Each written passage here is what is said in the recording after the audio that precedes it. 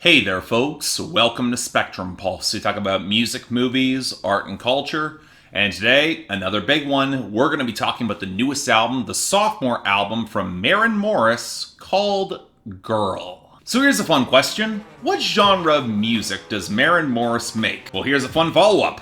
Who cares? Well, okay, I'd argue it's at least somewhat relevant, because a lot of people sure as hell got heated when I made a point of it in reviewing her debut album Hero 3 years ago, mostly in noting how much her sound and songwriting felt distinctive in country, at least somewhat, and didn't stand out nearly as effectively in pop. And when you couple it with neither writing nor production being as strong as they should be, it led to a bit of a messy debut. But what I've noticed is that the conversation surrounding exactly how Maren Morris is straddling both worlds and both genres, it's been much more contentious than a lot of her music, leveraging Nashville for streaming placements and promotion. But given that country radio doesn't promote women, her most prominent successes have come on pop songs. And on some level, I'm not about to disparage her for the pop pivot. The poison well of Nashville radio is only going to get worse before it gets better, except for two things. Number one, how she continues to swipe up country promotion when it's abundantly clear she'd rather be anywhere else, which absolutely takes away from the precious few slots for which other women are forced to compete. It's not a good system, but that's the reality right now. And more importantly, as a pure pop artist, her work's been kind of underwhelming in establishing an audience or a distinctive identity. Hell, if you look outside of the middle, and frankly that's more of a Z track in my point of view, she's retreated to the easy push of country playlist placement when her solo material has underperformed. BB Rex has done the same thing on country playlists only coming from pop, and it's a cheap shortcut that only highlights the weaknesses of their music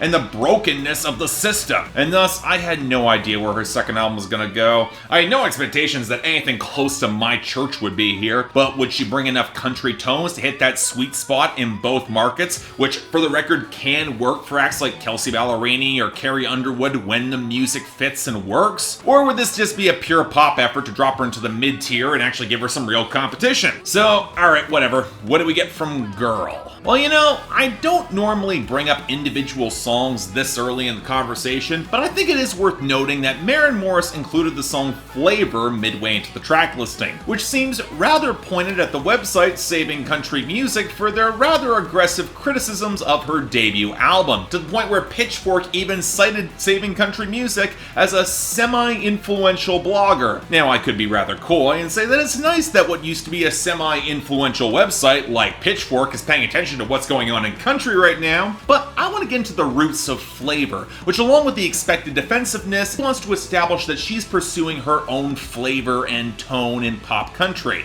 All of which I find rather ironic, because Girl is alarmingly milquetoast and beholden to entirely too many sounds across mainstream country and pop to have much unique personality at all. Now that's not saying it's precisely bad. It doesn't have the outright duds that persisted across Hero, but said duds at least came from a unique place that might not have worked, but was at least trying. I can't really remotely say that for Girl, which might be more consistent overall, but sadly is just not all that interesting. Or good. Now, normally this would mean I would consign it to the trailing edge and move on, but I do think there's a few things worth observing about the balancing act that Maren Morris is trying here, and let's start off with Maren Morris herself. Now, I've said in the past that I'm not really the biggest fan of Maren Morris as a singer, and sadly that is still the case. I drew a comparison to Miley Cyrus in my last review, in that the vocals rely more on being strident and nasal, but I think my frustration comes in a lack of subtlety or convincing bite. She'd much rather open up and belt rather than rely on a slower burn or develop more of a sense of dynamics. So when you put her opposite Brandi Carlile's greater poise and maturity on Common, or all the smolder of Brothers Osborne and All My Favorite People, she doesn't really command the mix in the same way. Now granted, a big part of this circles back to the production, and we will get to it, but it also leads to a delivery that's really quite sharp and that does grab the ear, but not rough or raw enough to fit in with more of a tougher grain, or with enough distinctive personality or complexity to make me want to stick around. Take a song like Make Out With Me,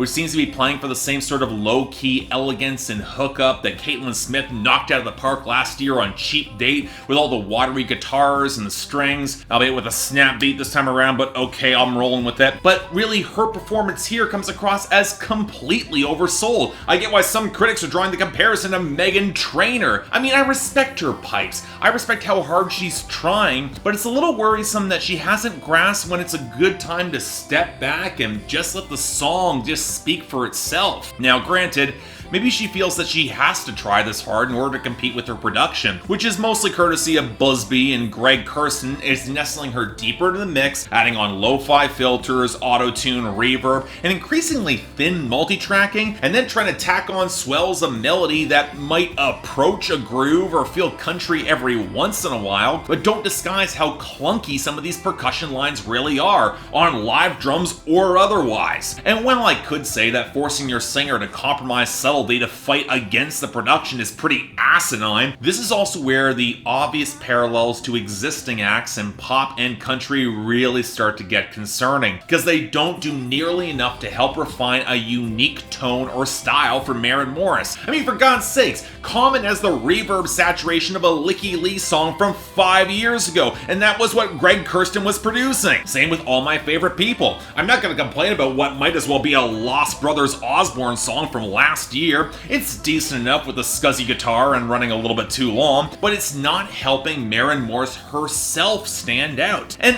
while the mixing isn't quite as exasperating as the clunkers on Keith Urban's last project, which is a low bar indeed, although the percussion is still way louder than it should be in comparison with the melodies, you can definitely tell this is one of Greg Kurstin's first attempts at country in his tonal choices, although with cuts like the lumpy and oddly tinny Gold Love from Busby, he's not exempt from this either. But going further, what's the point of the weedy fragments sloppily layered over against that pulsating bass synth on Great Ones, or the low-rent snap beat on RSVP that opens into trap hi-hats that seem to treat the guitar and the limp keyboard melodies as perfunctory? And you know what?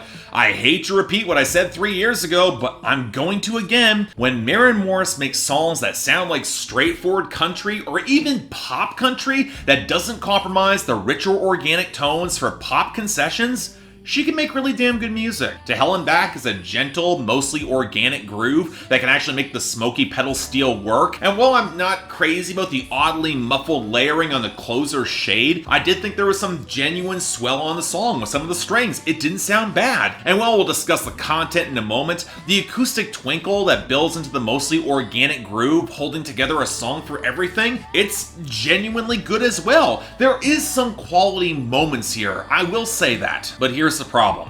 While the production rarely rises to quality, all this could have been redeemed if the songwriting stepped up, and if I want to highlight where Girl lags significantly behind even her last album, it's probably here. Hell, I highlighted the defensiveness of Flavor early, but truth be told, it's one of the few moments on the album that's got some of the old spice and flair in terms of the writing. I would take it over the by-the-numbers empowerment pablum of the title track, or How Common is yet another pop country Can't We All Just Get Along song, where it's abundantly clear that Brandi Carlile only contributed her singing, not her writing. Then you got A Song for Everything, where a fair few people have already lambasted the song for referencing more pop acts than actual country acts, but I'm more exasperated by the fact that she said the first time she held a lighter up was when Coldplay was playing clubs. That would have been in the late 90s, and you're my age, Maren Morris. I don't remotely buy that you were holding a lighter up for Coldplay when you were 8 or 9. But, okay, beyond those moments, pretty much the majority of this album comes up as love songs, where about a third feel that they have to oversell her prickly nature, or just a little bit embarrassing due to the writing. I mean, the feels really springs to mind there. And now a third are sex songs that are decently well written, but aren't performed convincingly. In that category, we got RSVP. And the final third, we actually got a few that feel real and wind up as some good songs. I like how To Hell and Back plays with the divine metaphors with a little bit of gothic spin that nevertheless highlights highlights the maturity of a couple who have accepted each other for who they are in their connection. And while it's a little bit more saccharine, Good Woman honestly does the same. It's a little bit more traditional, but it works. Hell, Shade might kind of overextend the metaphors, saying that the guy is the prism which you see through. It's poetic, but it's got some questionable implications, but it at least feels a little bit more unique with its references and color.